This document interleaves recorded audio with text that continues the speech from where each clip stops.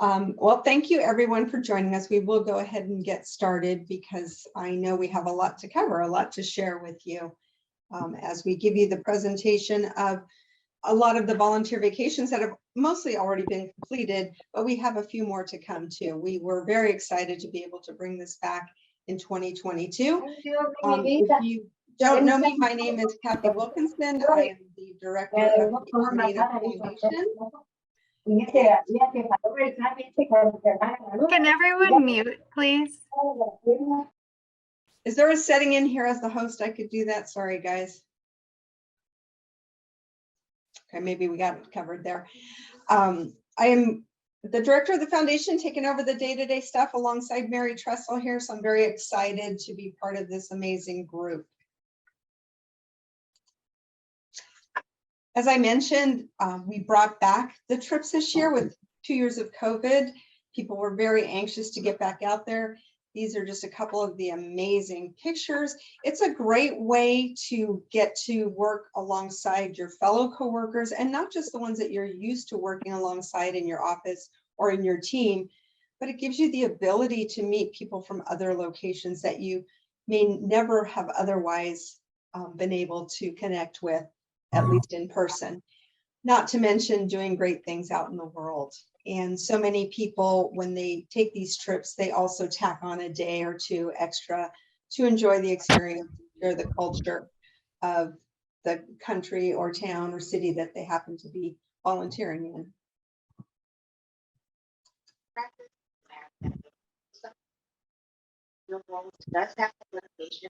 Slide is stalling. Coming in slowly here for some reason. Let me back it up. There we go. I know it's rolling in slowly. We're going to screen share here and kind of go back and forth, so bear with us, as we work through this, because I want you to hear about this. I don't want to just recite to you what had happened. I want to share with you the people who experienced these trips. Can everyone please mute? As of right now. Give everybody a couple minutes. I'll turn it over to Cecilia Lynn to speak about the Nature Conservancy in Oregon. In the meantime, Brianna, I will try and figure out on the settings how to mute everybody. Thank you. I just want to be able to hear. I know. Go ahead, Cecilia.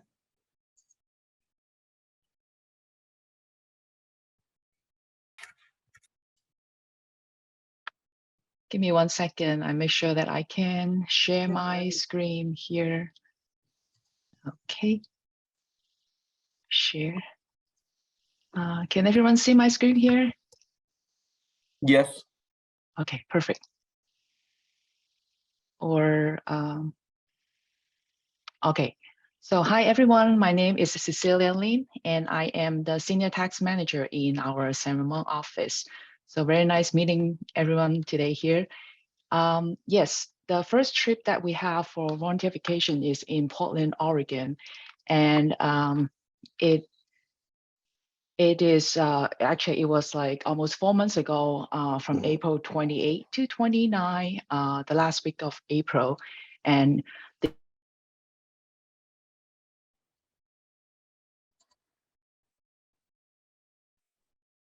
Cecilia, you're muted. Cecilia, you must have inadvertently hit mute. Sorry.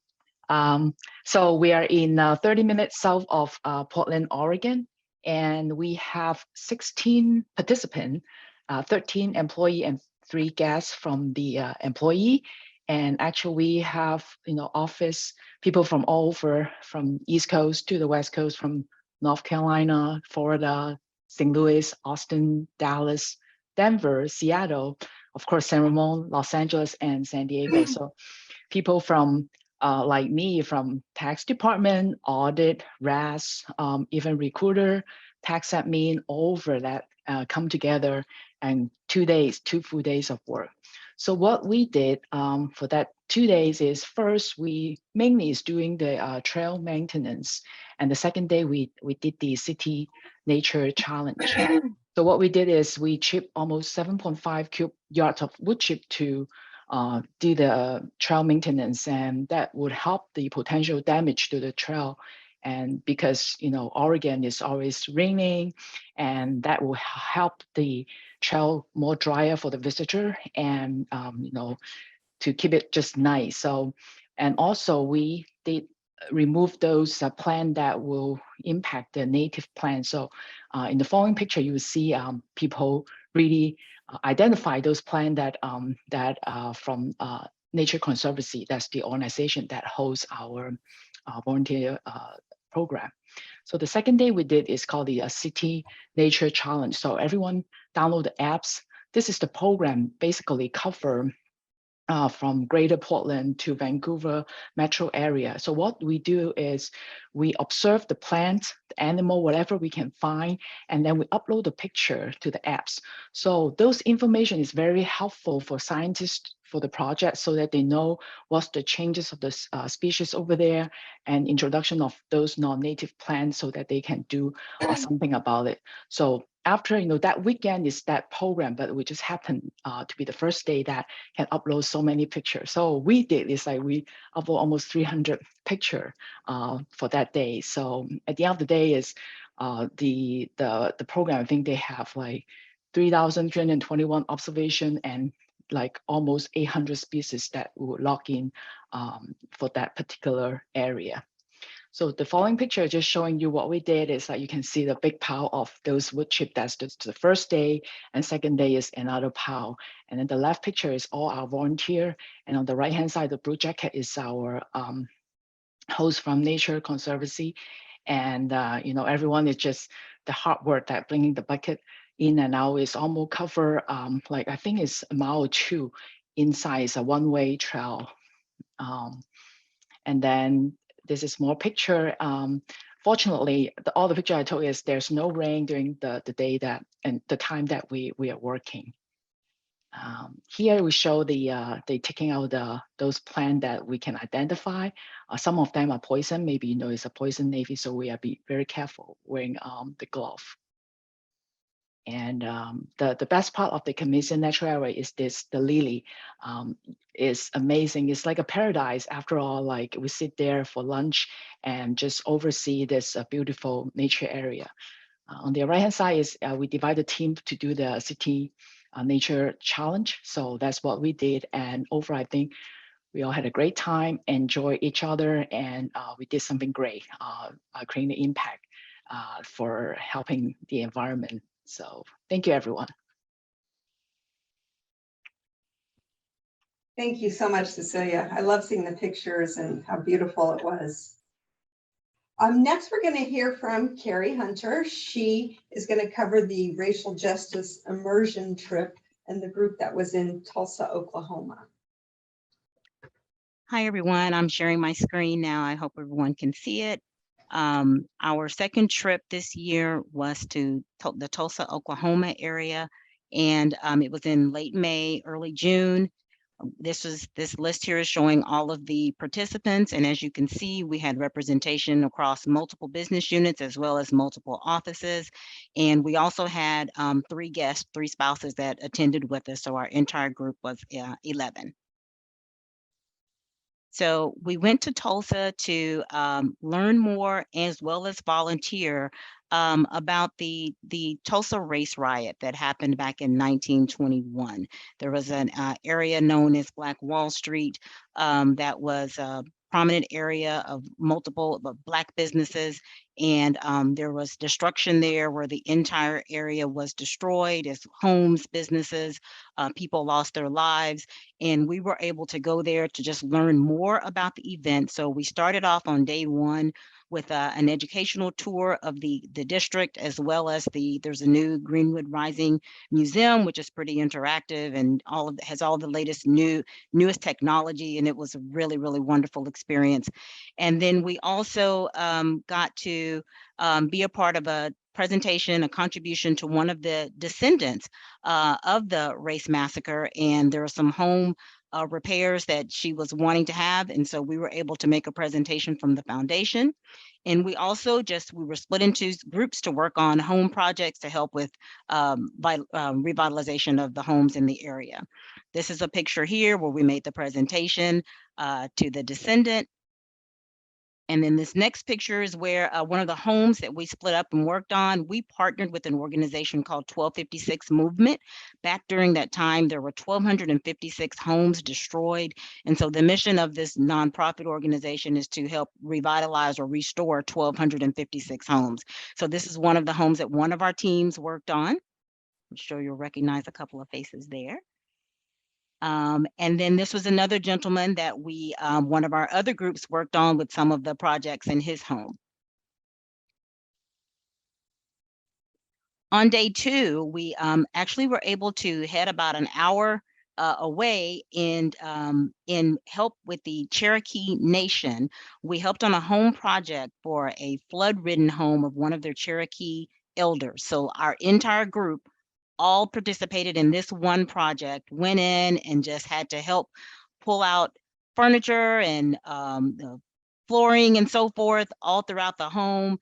And we worked on, some of the guys worked on the deck and rebuilding the deck. And that was just an amazing experience as well, just bonding together. This is our group shot. This is Mr. Dale Sixkiller of the Cherokee Nation. And this is the gentleman on the right here, Dave, who was the owner of the home. Then finally on day 3, we split up again into our groups, worked on some home projects, and we had our departure. And day 3 also included just a variety of projects, one of which was working on top of a roof. And then a couple of the guys wanted to have some exercise and get together and play basketball before we left. And so we were able to find an area close by to get that done before we departed. So it was an amazing trip, educational as well as bonding, getting to know each other from the different offices and just being able to give back. And it was a wonderful experience.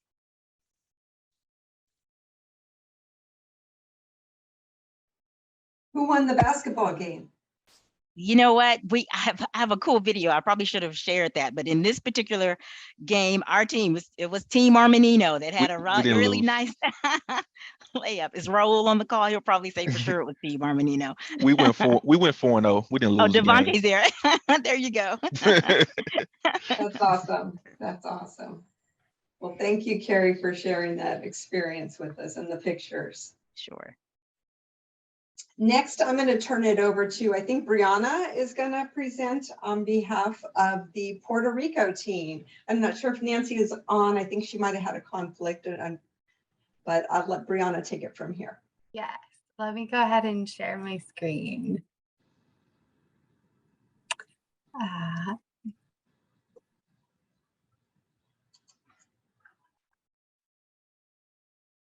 Okay, can you all see? Yes. Okay, great. So a group of 26 of us had the opportunity to go to San Juan, Puerto Rico, where we were able to help rebuild Hurricane Maria homes. We spanned from different offices all over the country, California, Texas. We had remote employees. That's one of my most favorite things about attending a volunteer vacation is you are able to meet people that you would never meet otherwise while doing something incredible for the community. So we partnered with SBP, who works closely with AmeriCorps to organize the home sites and all the supplies that we needed in order to do the jobs. So we were divided up into 4 homes. So we worked on things like tiling, painting, outside landscaping. And it's truly humbling to see the conditions of some of these homes. What I'm sharing here is a group picture we took from our walking tour in San Juan. So that was kind of to kick off the trip and get to know kind of the city and where we were. These are some of the pictures at the sites.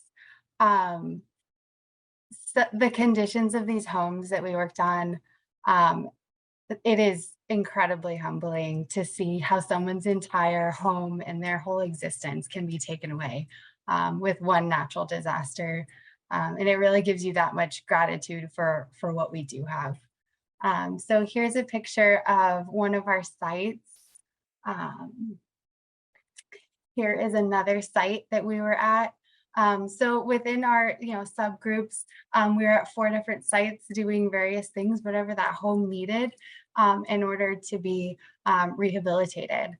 The site that I was at, this home was relatively close to being finished.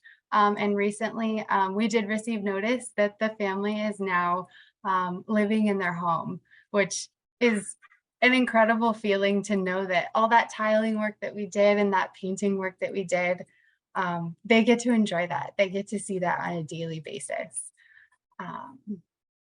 So I'll go ahead and share some more pictures. This was here at the site. And we're really getting into the rehabilitation. So this is Austin. I don't know if he's on the call, but he's using the cutter to cut the tile. Here we are really getting to work here on the tile and mixing grout. During our time in Puerto Rico, we also had the opportunity to have a team dinner with the Moore Stevens Puerto Rico office. So here on the left, there's some individuals from the Moore Stevens Puerto Rico office. I mean, I thought it was incredible that we were able to connect with them when we have such a large network, and just to be able to grab dinner and meet those individuals. Those are all of my pictures. I'll go ahead and stop sharing.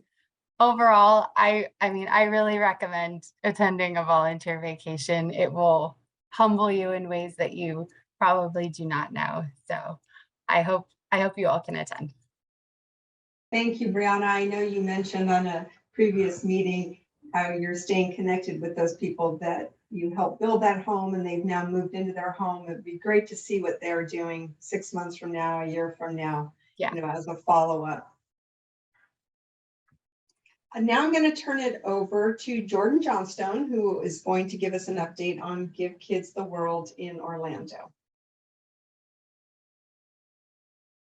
Thank you so much. I really appreciate it. So the Give Kids the World trip in Orlando actually just happened at the end of July. I would share my screen and show photos, but right before this meeting, all of my Outlook applications shut down. And so I had some pictures to share, but I apologize about not having them at the moment. But the trips were very successful. We brought around 30-ish participants between 2 trips. We went 2 weeks in a row. Myself and Lena Gupta led those trips, and we helped in the Give Kids the World Village, doing various different tasks. My group spent a large amount of our time in the Clayton Cafe, so we were serving the families breakfast and dinner while they were doing their stay, getting to experience Disney World. It was very rewarding. Some of us were doing dishes, some of us were actually serving the food, some were helping at the soda station to refill sodas. We actually did have a few children in our trip, which was very rewarding to watch them get to experience giving back and service. And they got along great and absolutely loved being able to participate in it. And we actually had an Armanino employee that was a Give Kids the World alum. So she had went there as her wish when she was a teenager and got to experience the village. And at Give Kids the World Village, they end up giving each kid a star that they get to decorate and put up. So while we were there, they actually looked up when she would have arrived and where those stars would be placed and let her know the exact location of her star. So she was able to go and visit it. Thank you, Tiffany. I appreciate it.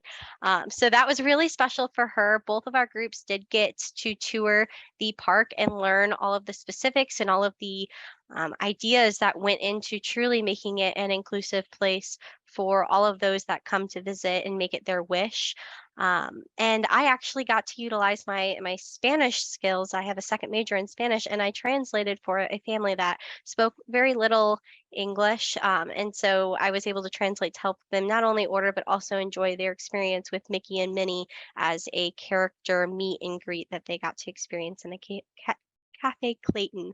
And then we also had a fun activity where we went bowling, and we all really had such a great time. We got to meet some volunteers that had been there for 25 plus years. They were so welcoming. They loved our group. They loved our enthusiasm.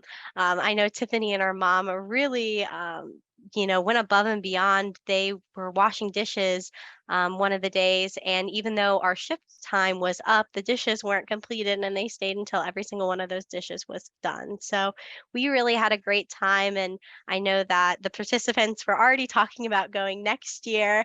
Like they were like, we're coming back, we have to do this again. So all of us just had a fantastic experience, and we really can't wait to go back, hopefully.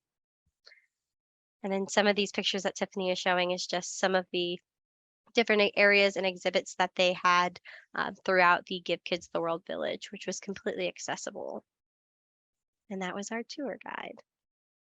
I have the video that Lena sent, which I think is worth showing if you guys would like to see it. And I do believe we have time, so let me share my screen again. Make sure you click the button that says to share the audio, Kathy. Oh, okay, where's that, Mary? When you go to share screen, Like a check mark. there's a check mark at the bottom of the box. Share sound. Got it. Thank you.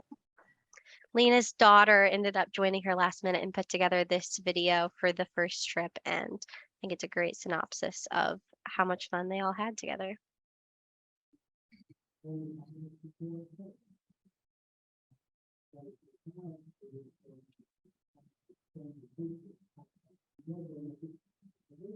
So are you trying to share, Kathy?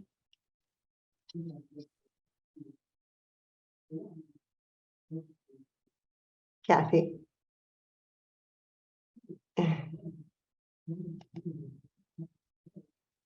Hey, are you talking to me, Kathy? No, I'm talking to Kathy Wilkinson. Kathy, are you sharing? Oh, I think she can't hear us. I think she's seen it on her screen and we're not, you guys. I'm sorry. Okay, well, Carrie, do you have it? I do. I'm sorry, guy. I blocked everybody out, Mary, so I wouldn't be disturbed during the meeting, so I wasn't hearing you. No, that's okay. Let me pull it up and then I'll share. Go back to.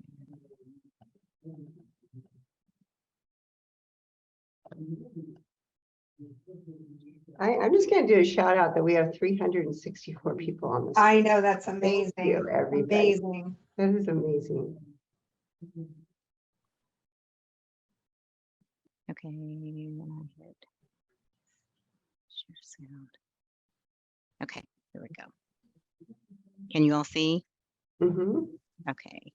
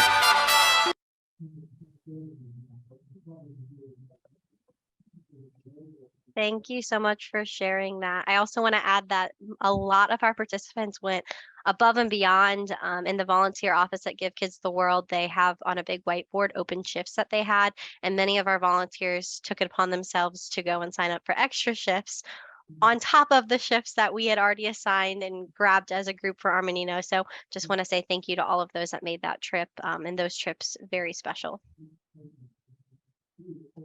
Thank you, Jordan, for sharing. Next, we're going to turn it over to Jason Journey Cake, who's going to share his recent experience at Catalina Island, which they just completed. Thanks, Kathy. And that video was really cool. It's been awesome to hear everyone's experience thus far. While I share my screen, I just wanted to echo, I've been with Armanino for a few years. Oops, wrong screen.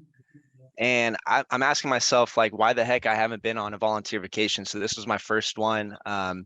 Really had no expectations going into it. But again, really glad I went, and I'm going to do a volunteer vacation here on out type of thing. So like Kathy was saying, the team just got back. Can y'all see my screen, the photos right here? Jason, it's you're sharing a different screen. We're seeing journal entries. Oh, great. Which is I feel your okay. pain. Yeah. I feel your pain, Jason. What about now? The Yeah. Catalina Island, cool. So yeah, I just like I said, had no expectations, but Catalina Island was super amazing. It was my first time along with a couple others. So I just wanted to shout out the Catalina Island Conservancy. Not only was their purpose for us to do a lot of sustainability maintenance projects, but there was a lot of education behind it too. We come to find out that they're always doing research projects. There are always opportunities for volunteering. So it would be a really cool organization to continue doing our volunteer vacations for, because there's so much to do on the island. So the first day we got there, again, I thought Catalina Island is just one city, but they have all these back roads that the Conservancy has access to for their research projects and maintenance. So they took us to this one beach, and on the first day we cleaned, we picked up what's called the invasive plant species there. My understanding is it's essentially the weeds of an island. They don't do much good. So in other words, we spent the first day clearing up the invasive plant species that Izzy, a San Jose otter, is carrying right here. And alongside, we helped clean up the trash for any plastics, just any garbage of that sort. This was our one of the hosts for the Conservancy. It's kind of blurry here, but we were able to pick up, I'm rounding up, it was about 1,900 something, but we picked up about 2,000 invasive plant species. So it was very cool to do it real time and know that we made a change for the island there. So that was the first day. The second day, they took us to the Wrigley Memorial and Botanical Gardens. Again, they taught us a whole lot. So the Wrigley family, it's the family who owned or started the gum company. Apparently they own, I think, don't quote me, it's about 88% of the island.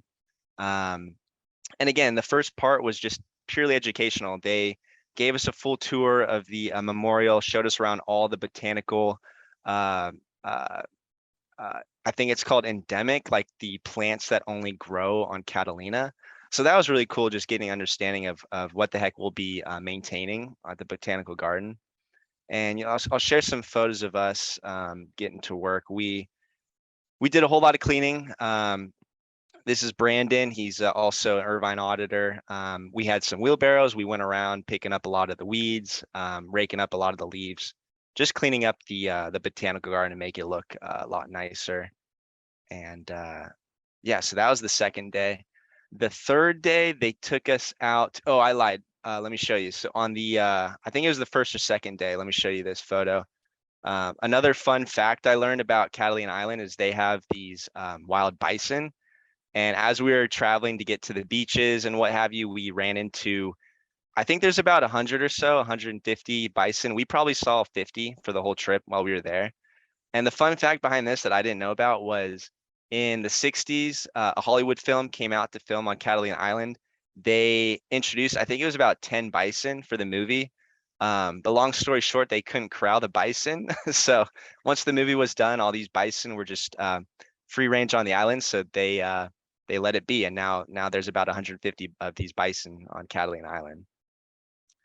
And then so leading up to the third day, they took us out to what's called Middle Ranch. It's pretty much the middle epicenter of the island. And what we did there was we built benches. They're pretty much tables, but they called it benches. Essentially, they had this other plant nursery that they have a lot of seeds at for growing the endemic plants here, maintaining the sustainability of the seeds. It was on these old cinder blocks, these old wooden planks and whatnot. So they ordered a bunch of tables that you can see here. And we put together, I want to say 10 to 12. We totally cleaned out this whole nursery. So this is Cody from St. Louis office. We got Josh from Dallas. These guys are the real MVPs. They went to work on these tables.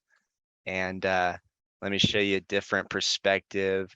The rest of the team helped build the tables, helped kind of clean up. But as you can see on the left here, on the right is the old cinder blocks, and we created the new benches, tables on the left here to make it look way nicer upon leaving. So that was our volunteering. Again, it was a really cool experience. I'll leave y'all with another fun fact that I didn't know about. I'm sure everyone's seen the movie Step Brothers.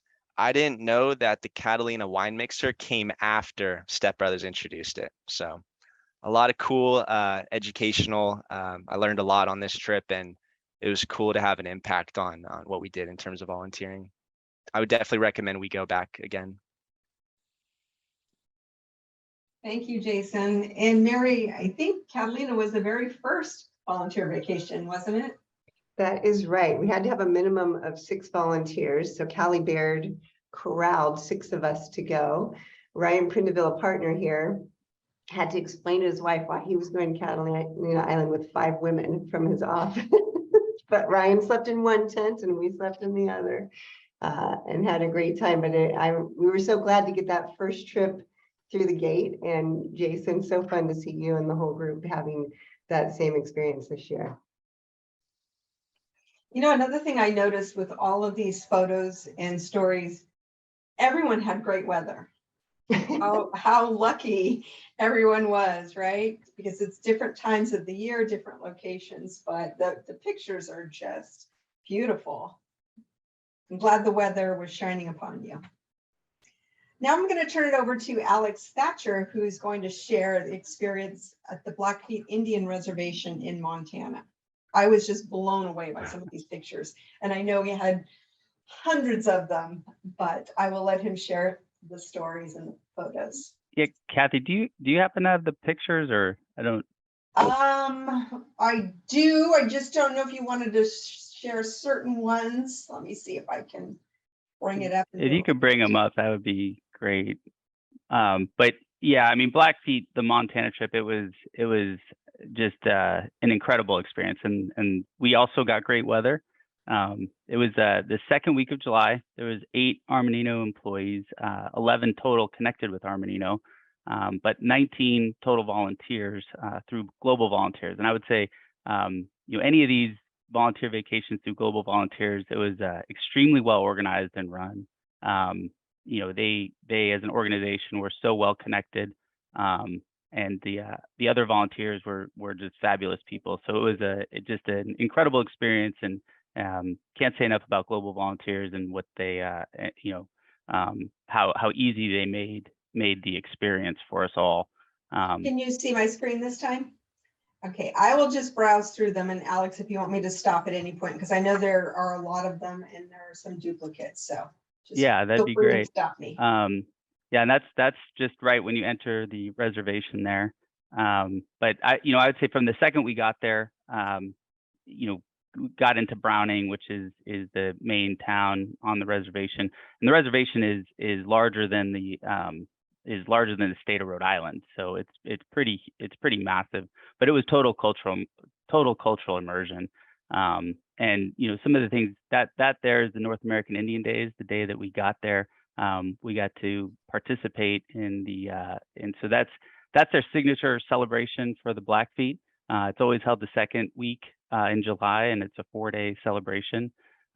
So we got to see one of the days where there was the dance, and later we got to learn the significance of the just the different the attire that they wear, and the significance of that, and just how intricate it all is. But we, from the minute we got there, we did this North American Indian Days. Day 2, we did a sweat lodge. So we got the opportunity to go out to about a 500-acre ranch and do a sweat lodge, which which is very culturally significant for the Blackfeet, and that's they do it for different reasons. Some are for medicine, medicinal purposes. Others are for prayer. We got to do the opportunity to do about 4 rounds of about 12 minutes each or so, where there's about 30 people in what would might imagine as like a 2 or 3 person tent. And it's total blackness with about 180 degrees. And this was all optional, but I think everybody on the trip did it, or at least a few rounds of it.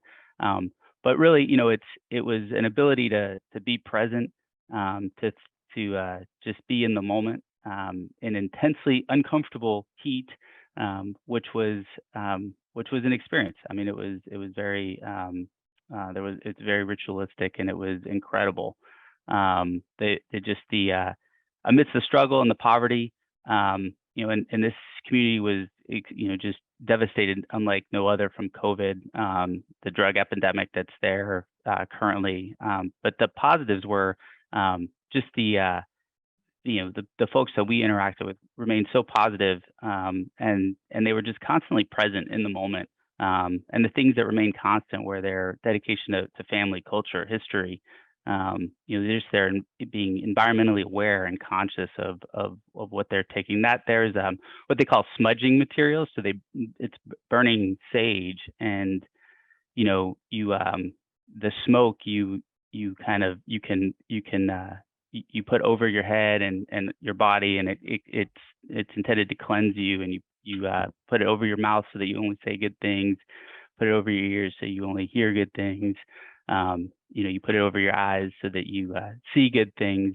And so just from a cultural perspective, it was very awareness. There's Rose, who also mentioned to let everybody know that she is the supreme queen of bananagrams, because we did play a lot of bananagrams. But that there was day 2, where we got the opportunity to participate in a buffalo sacrifice. Now, I didn't know how I'd feel it. I grew up in the city, never went hunting, don't even like to eat meat off the bone. But I will say, the humanity in how they sacrificed the buffalo, it was not at all how I thought it would be. The process there was, they had a 17-year-old who was up and coming in the tribe, identify the buffalo, and the way they identified it was really sort of crazy. How they told us that there would be a buffalo that would separate themselves from the herd when they kind of approached, and it was true. This buffalo sort of separated from the herd, wasn't connected to any of its children, and it just sort of got isolated. It was though the herd of buffalo were identifying the one to sacrifice. As that buffalo kind of separated from the herd, the 17-year-old from about, I don't know, probably about 20 yards away, single shot behind the ear.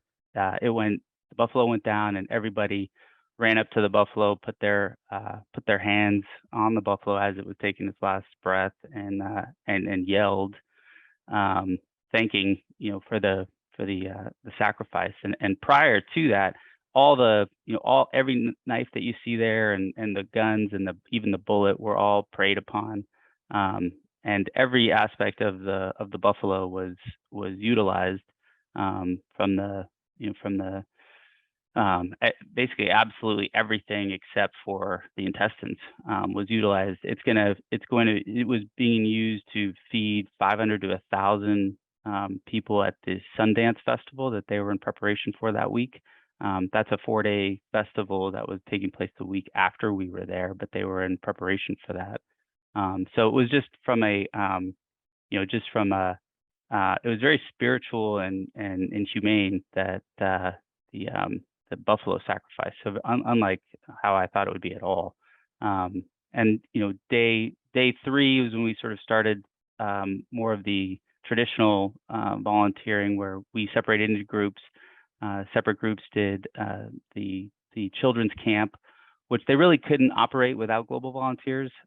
There's just a lot of kids that need the camp, and right there, I think there was there's a moose somewhere in there that we say, yeah, you see the moose all the way back in the center. There's a moose back there. Yeah. It's beautiful. Glacier National, we got the opportunity every afternoon to go hiking and visit different parts of Glacier National. It's absolutely gorgeous.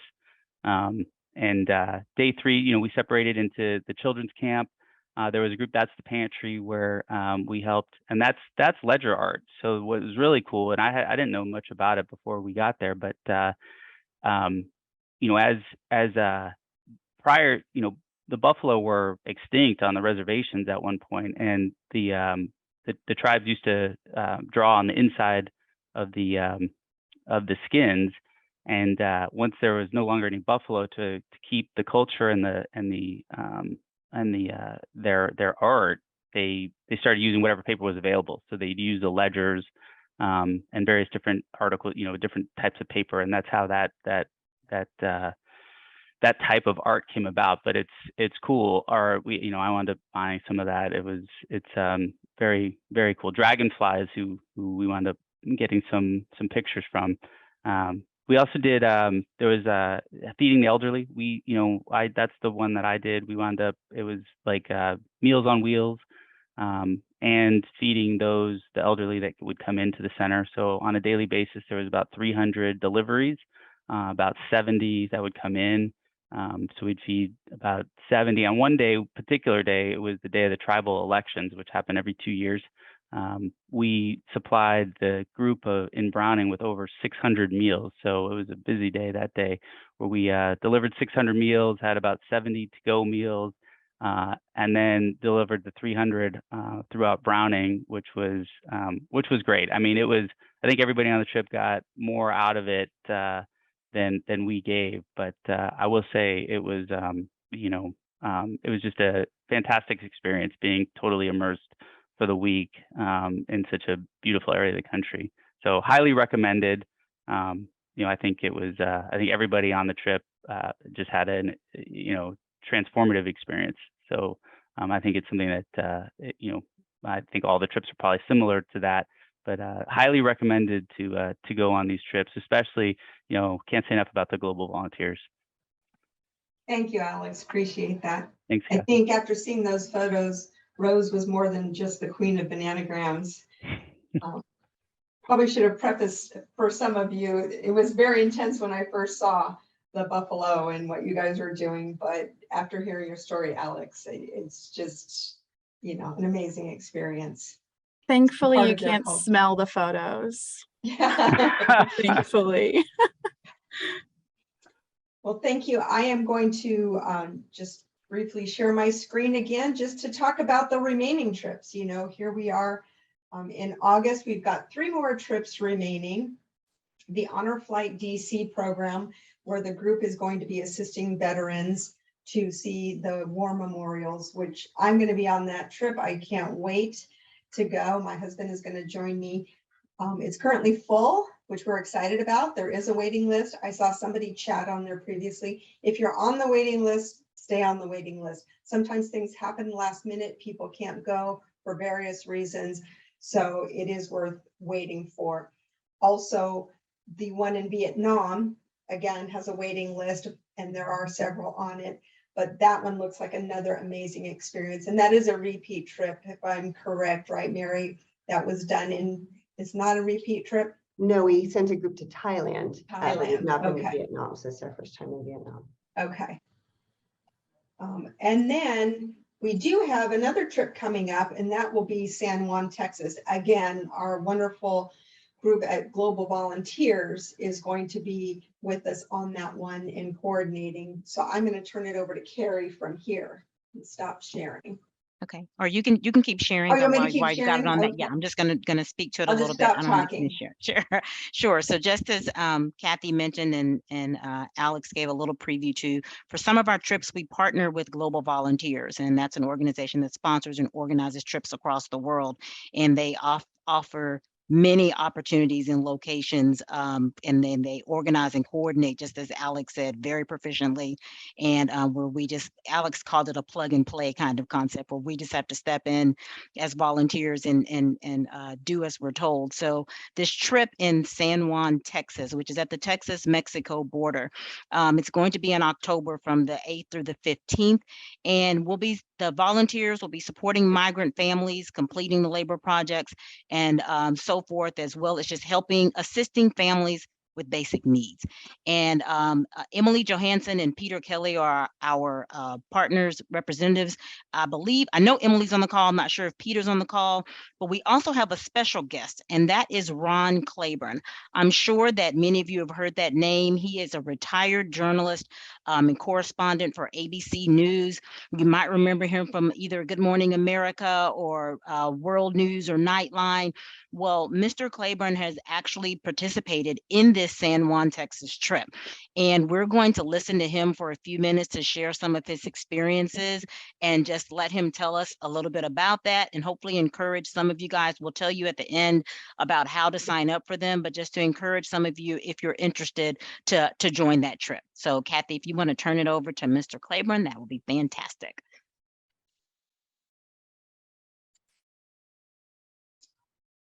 Bear with me there we go. You gonna turn it over to me, or should I just start talking? You can start talking. You can start talking. Thank you for joining us. Not a problem, not at all. I'm a big Global Volunteers fan. In fact, the Texas program in San Juan, McAllen area, Harlingen, it's down about 70 miles north of Brownsville, to orient you on the Rio Grande Valley, was my second Global Volunteers trip. I had done one in Tanzania in late 2018, shortly after I retired after 32 years at ABC News. And that was a great experience, teaching English in a little village in Tanzania, and also installing these sort of basic hand washing stations. So, you know, I was going to be teaching at Columbia Journalism School again this year. And during spring break, coincidentally, I got the email from Global Volunteers saying that there's the program down in Texas on the border. It perfectly matched spring break, and I've been wanting for years to go back to do another volunteer project. Also, I've been fascinated just about the whole story about the border. We know about the crisis there and the people trying to get into the country and the COVID preventing people from getting in. So that one appealed to me, really sort of my journalistic instincts. I wanted to see for myself what the situation was on the border. But you know, the great thing about being retired, I spent 40 years in journalism, and I was always a professional observer, always approaching events in a detached way. And when I retired, I wanted to be more engaged with people and actually commit to doing something that ideally, hopefully, would have some meaning and be productive and helpful to people, rather than just watching them and writing down and asking questions about how do you feel about something. So this one appealed to me, even though I don't have any real skills other than asking questions. So I said, I'm going to make myself available to however they need us as volunteers. There are about 20 of us. We were essentially contracted essentially to a local community service group called Proyecto Azteca.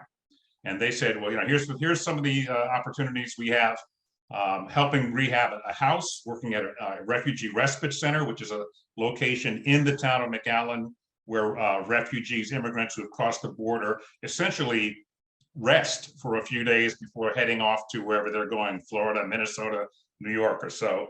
And there was a food bank in the Harlingen Valley, Harlingen County area, which needed volunteers to basically do grunt work, you know, taking cans of food, checking the expiration dates and putting them in a box, and also packaging food that would go to elderly people in this community. A very, very poor community. Most people do not have health insurance, very high rates of diseases, an impoverished, almost overwhelmingly Latino community. I found the experience absolutely fascinating. I spent 3 days with a guy named Compadre, who was usually a migrant worker, but he sometimes did some carpentry, did some construction, and he was assigned to this re-wall and paint this house, which was one of the clients, was being done for a woman who had a couple of kids who could not pay for this rehabilitation herself. So under the direction of compadre, I and a couple of other volunteers did essentially whatever he said to do, which was tearing down a wall, putting up a new wall, hammering onto the roof, painting the place. Spent 3 days there doing this hot weather. You know, it wasn't the most comfortable meteorological conditions, but it was just a really great experience, not just because we were helping this family, but because I got to know compadre well in these 3 days and spent a lot of time with him going out to the work site and coming back and discussing what his life is like. You know, what it's like to be a migrant worker, just building a relationship with someone who otherwise, honestly, I never would meet someone like this. And maybe he would not meet someone like me. That was fantastic. The other couple of days, I spent 1 day at the respite center in McAllen, where, you know, this place is just besieged with refugees in this, what looks like a gymnasium, sleeping on the floor, getting served food. And I would serve food, ladle out food to people, try to speak Spanish to them. They had a makeshift pharmacy where they wanted, you know, shampoo, or they wanted aspirin. You would dispense that to them. Also, there across the street, there was a place which received tons and tons, literally, of used clothing. You would meet with the families, ask them what they want, what they need. You'd be amazed the kinds of things they want. They want jeans, they want shoes, they want belts, because their belts are taken away from them because apparently that's deemed a suicide risk. You write a list, you go across the street, you try to find the clothing that they are asking for that fits them. You bring it back to them, give it to them, have them try it on. You know, it sounds very simple, it sounds very basic, but it was enormously gratifying meeting these people. There was a large number of contingent from Nicaragua for some reason, from a lot from Central America, some from China, some from Africa. And, you know, just interacting with them and saying, welcome, we're glad to have you here.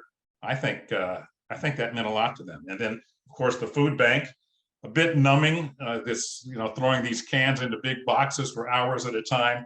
But, you know, I got to a point where, one, I sort of hit a rhythm. It was actually kind of fun, grabbing one, checking it and throwing it.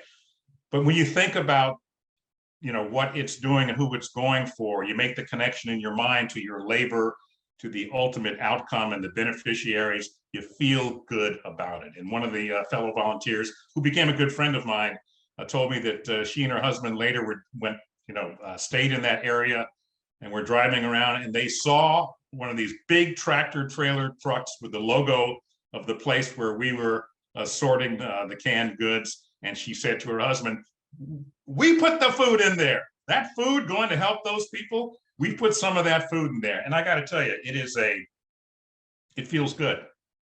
It feels good. I thought it was a fantastic experience. You know, the meeting people you would otherwise not meet, working with people, meeting these refugees, these immigrants, it gives you a sense, or certainly gave me a sense, of doing something meaningful. And I can honestly say, I spent 32 years at ABC News, and, you know, the kinds of things that I've done at Global Volunteers, either in Tanzania or down there on the border. In a couple of weeks, I'm going to Montana to the Blackfeet Reservation. I get more personal satisfaction and gratification and a sense of helping someone than thousands of news stories that I did over the course of 4 decades. It's a wonderful experience. I strongly encourage all of you to do it. If not in San Juan in Texas, then one of the other Global Volunteers opportunities.